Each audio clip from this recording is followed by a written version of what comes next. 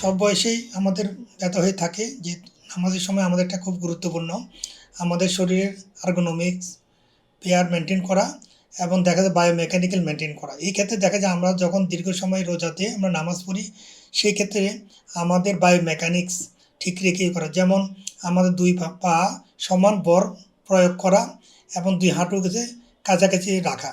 এই ক্ষেত্রে আমাদের যে সেজদা, রুকু এবং দাঁড়ানো, যাতে আমরা পেলভিসকে স্টেবিলাইজ করি, সমান মেনটেন করে আমরা দাঁড়াইতে পারি। এই ক্ষেত্রে দেখা যাবে যে আমাদের লোডিংটা আমাদের শরীর মধ্যে পায়ের মধ্যে পড়ে। তো সেই ক্ষেত্রে করতে পারলে আমরা উঠা, সেজদাতে উঠা, বসা এবং আংশিক করলে আমাদের যে হাঁটু ব্যথা, কোমর ব্যথা থেকে আমরা যে পরিত্রাণ পাবো এবং আমাদের মাসেল থাকবে শক্তিশালী এবং মাসেল থাকবে আমাদের ফ্লেক্সিবল।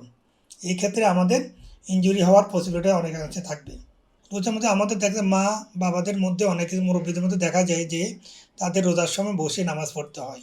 এই ক্ষেত্রে যারা নামাজ পড়ে, যারা চেয়ারে ইউজার, যারা চেয়ারে বসে নামাজ পড়েন, তাদের ক্ষেত্রে বলবো যে আপনারা যে এই যে নামাজের আগে আপনারা কিছু ফ্রি হ্যান্ড এক্সারসাইজ করে নেওয়া, যেমন নিজনকে সোজা করা, 10 সেকেন্ড হোল্ড করে রাখা এবং 10 সেকেন্ড রিল্যাক্স রাখা। এইভাবে আমরা একটা রিপিটেশন করে 10 থেকে 15 ম্যাক্সিমাম 20 পর্যন্ত করে নিতে পারি।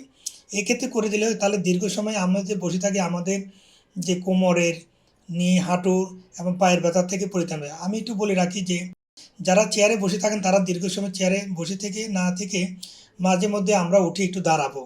অর্থাৎ আমার 4 রাকাত নামাজ যখন পড়া হয়ে যাবে সেই সময় আমি যদি আমরা বসে নামাজ পড়তে হয় চেয়ারে, তাহলে আমরা একটু উঠে দাঁড়াবো। আবার যদি আমাদের দাঁড়িয়ে হতো আমরা মাঝে মধ্যে একটু ইন্টারভাল দিয়ে করলে দেখা যায় যে আমাদের যে জয়েন্টগুলো আছে, মাসেলগুলো আছে, সেগুলো ফ্লেক্সিবল থাকে। এখানে আমাদের বায়োমেকানিক্স আর্গমিক কারেকশান থাকে।